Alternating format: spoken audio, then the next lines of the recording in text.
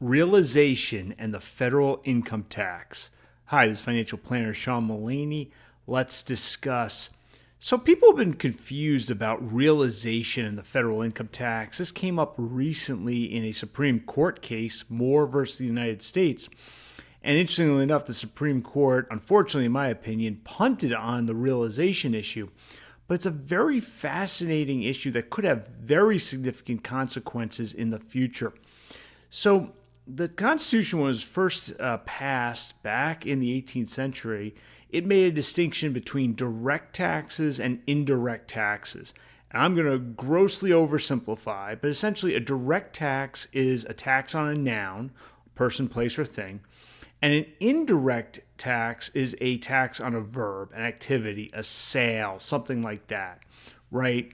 And that's grossly oversimplifying, but it matters because the Constitution prohibits a direct tax unless it's apportioned among the states, which makes it essentially politically unviable because it would have to be carved up among the states.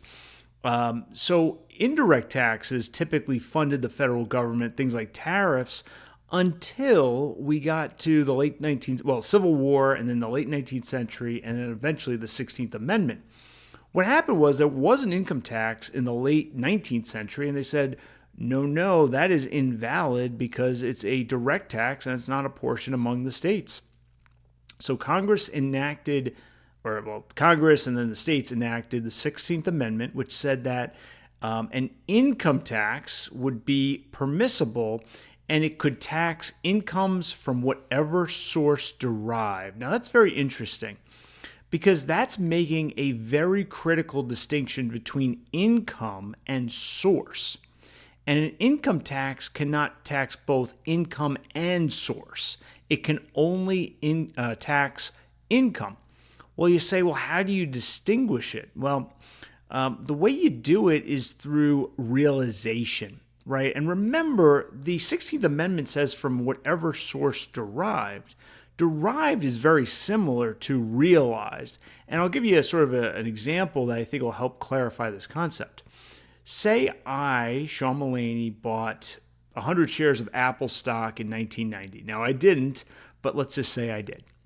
And, I'm still owning them in the year 2024. Well, guess what? They're going to be very much appreciated. Well, am I income taxed on them, or could Congress permissibly income tax me on them? I would argue no, because I've not realized the income. And how can we tell that? Well, I've had income in an economic sense, but that is not the constitutional limit on income taxes, right? Clearly, Apple stock has significantly appreciated from the year 1990 to the year 2024. So I've had income, but it has not been realized. And how do we know it's not been realized? We know it's not been realized because there is gain, but it has not been severed from the source, right? That gain is still sitting in the Apple stock in my example, hold today in the year 2024. How do I sever that gain from the source? Well, I go on my brokerage account and I sell the entire position or even a part of it. I have now severed gain from the source, right? That gain is now mine and it's severed from the Apple stock because the Apple stock now belongs to somebody else. It doesn't belong to me anymore, right? If we say realization is not required, we're saying that Congress could tax that built-in gain on my Apple stock even though the gain has not been severed from the source, right? That is vitally important.